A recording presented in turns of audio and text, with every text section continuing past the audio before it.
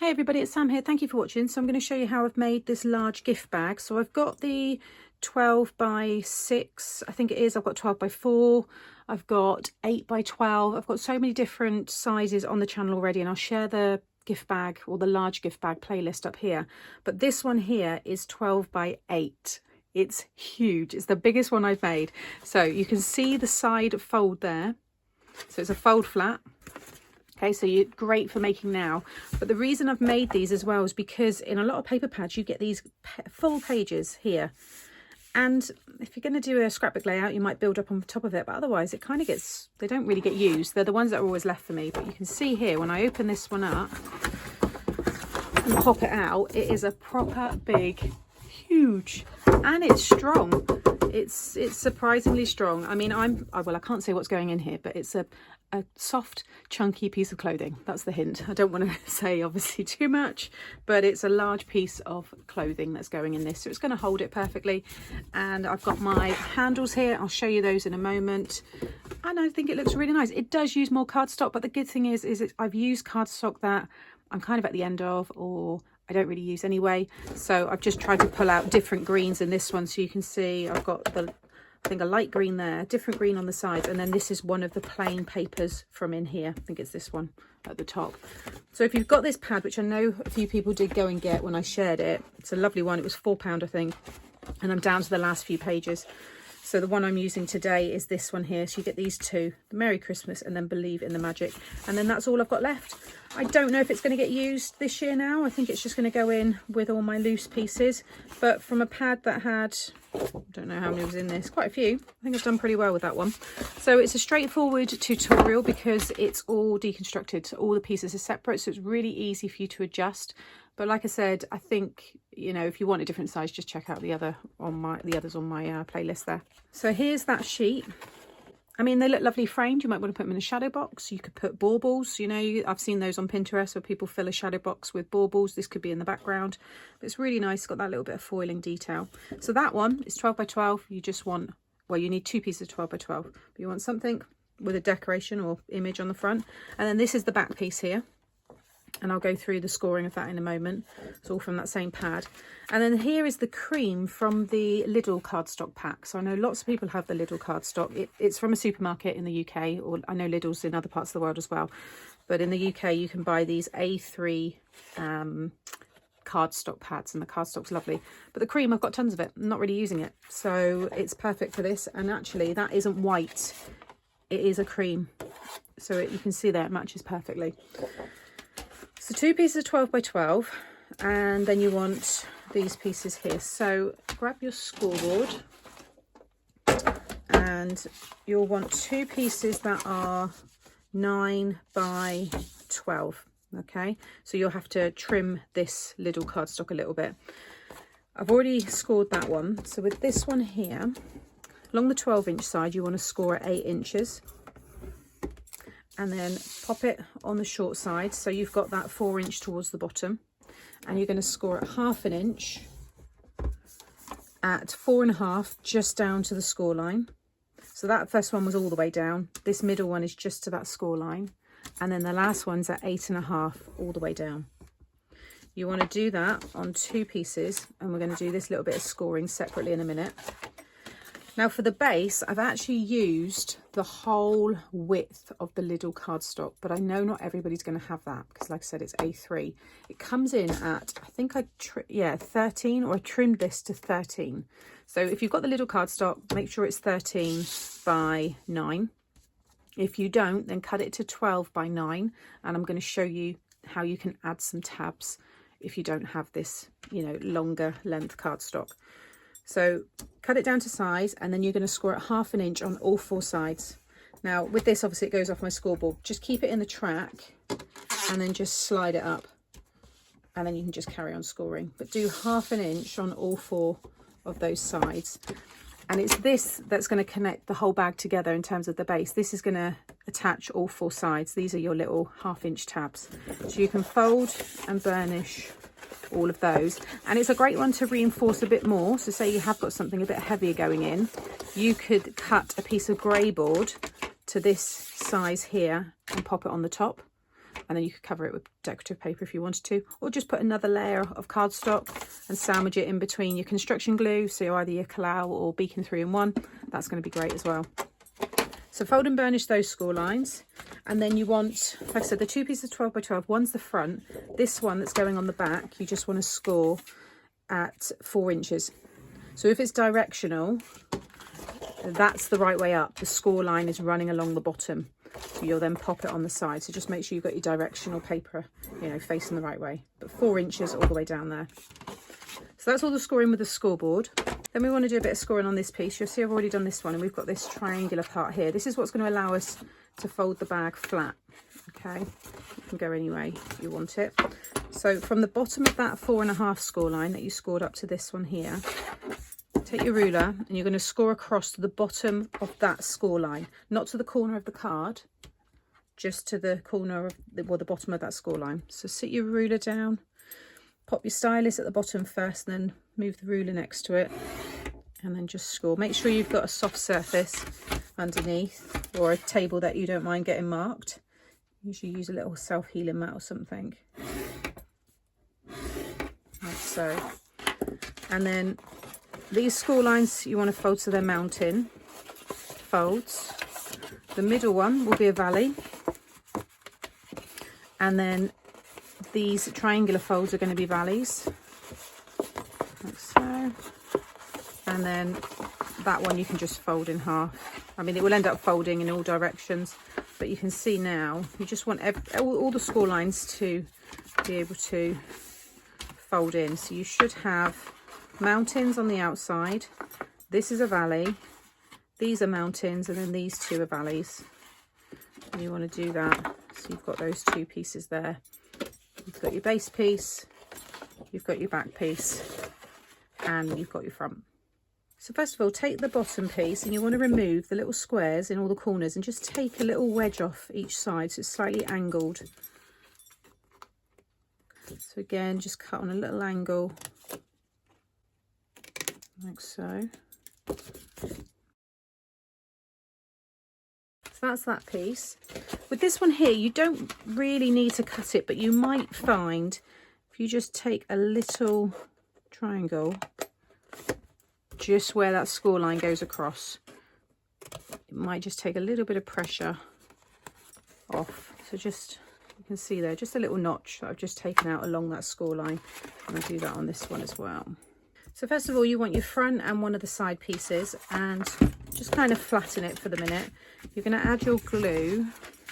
So this is the Kalau all-purpose construction glue, but the Beacon 3-in-1 is very similar. And there's other ones on the market as well, but I've only ever used this one and the 3-in-1. So I'm just adding my glue all the way down that 1/2 inch tab. And then you're going to lie this over the top so it just sits next to that score line, like so. And then I'm going to move across to the other side, and I'm going to add glue onto this side of my tab. And again, sit this one over the top, making sure that that base lines up. And just make sure that glue's all spread out, and give that a minute to dry. Next, you want to get your back piece, move it along, and this is going to attach to this side. And you'll see that that score line will line up perfectly with the score line here. So just do exactly the same again. Add your glue all the way down there.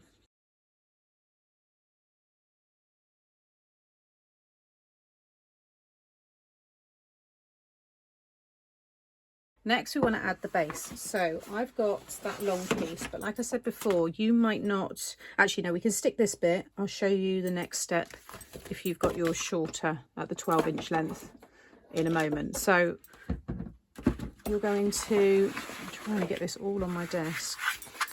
I'm going to add glue all along here, and we're going to stick this one underneath the front here. You'll see I've got my tabs that hang out either side, just in shot there.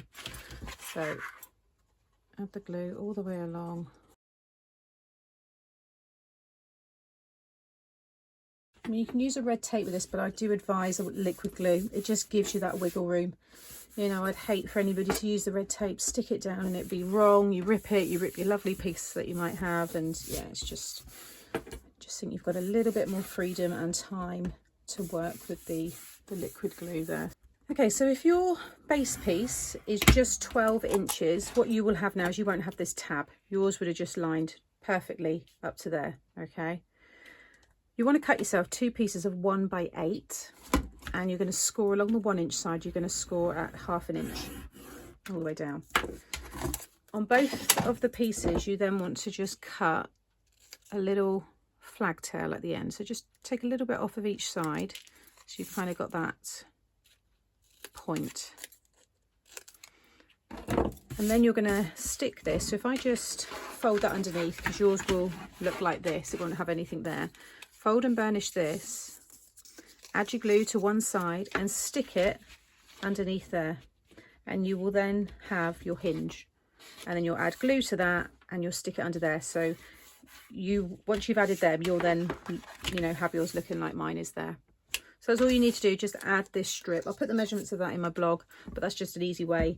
And it's a good way of, you know, maximising the whole full 12 inches on something, on, you know, your pattern papers.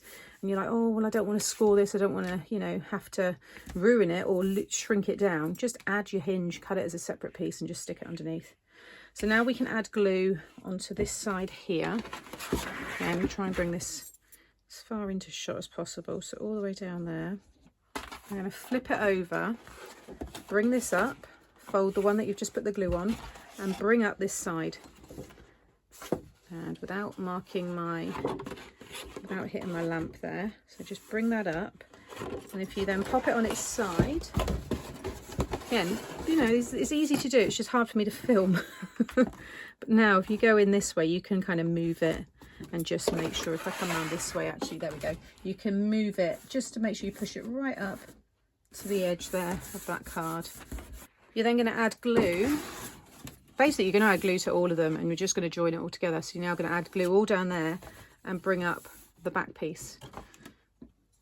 So you know, some of you might have a different way, you know, of holding this, sticking each one down. I'm actually doing this completely different to how I've done the first one, but it seems to be working. Plus I'm trying to make sure I show you all of the angles, but now I can just bring that one up. And it should just line up nicely. Again, I'm going to pop it now down on its side here, and then I can just get my hand in. And I'm just looking along here, making sure that all of that's hidden. And this would maybe be a good time now to add some grey board or to strengthen that base if you wanted to. Alternatively, you can just stick it directly onto this side here if you want.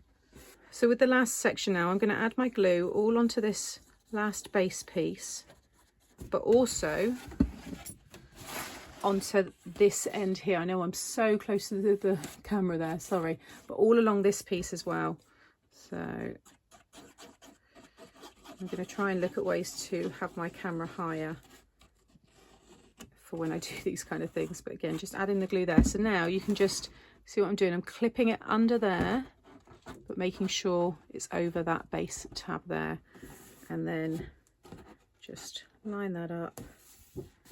I'm going to pop it on its side, get that side piece lined up first of all, and then I can just move it around that way and just push down on that last piece. If I just hold it up that way, can you see everything's all stuck down? I've got to push down on that one. That's the one I've just done. So I'm just going to spend a minute just going around with my bone folder there, just making sure that's all secure. So once you're happy that that's all secure, what you want to do is push in at the top of the triangle piece and do that on both sides. And as you do that, kind of pinch the front. It's much bigger than I'm used to, but you kind of want to, you can see that should just kind of all fall into place, but you should then be able to fold it flat. You can see on the side there how that all works. You might need to burnish it a little bit on the sides there just to get it used to, you know, that fold. So these are the handles. I picked these up from Hobby Craft, and you can actually get 3 handles from one piece at the kind of length that I did. If you don't have these, you can use ribbon, just hole punch, or just glue it inside as I'm going to do this one. Also, I recycle a lot of handles from gift bags that I've been given or when I go shopping. So I've cut these pieces. Where was my spare one?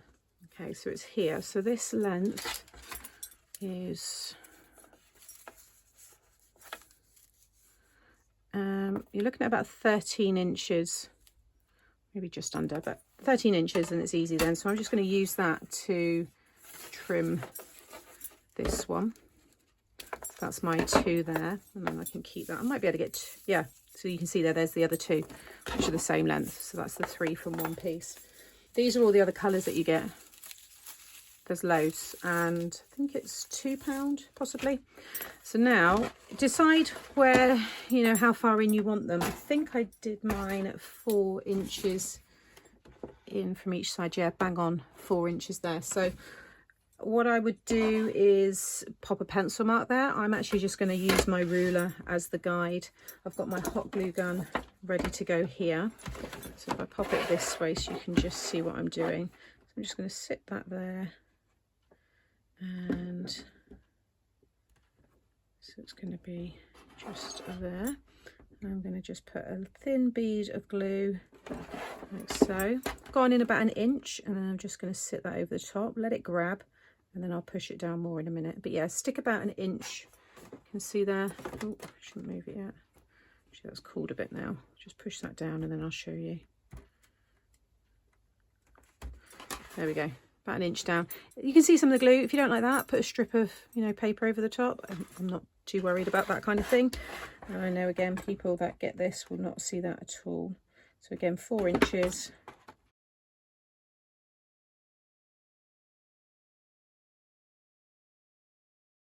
And then I can just give them, you know, a bit of a shape. But once the, you know, items are in there, that's going to weigh it down. But there you have it. A very, very large 12 by 12 by 8 gift bag.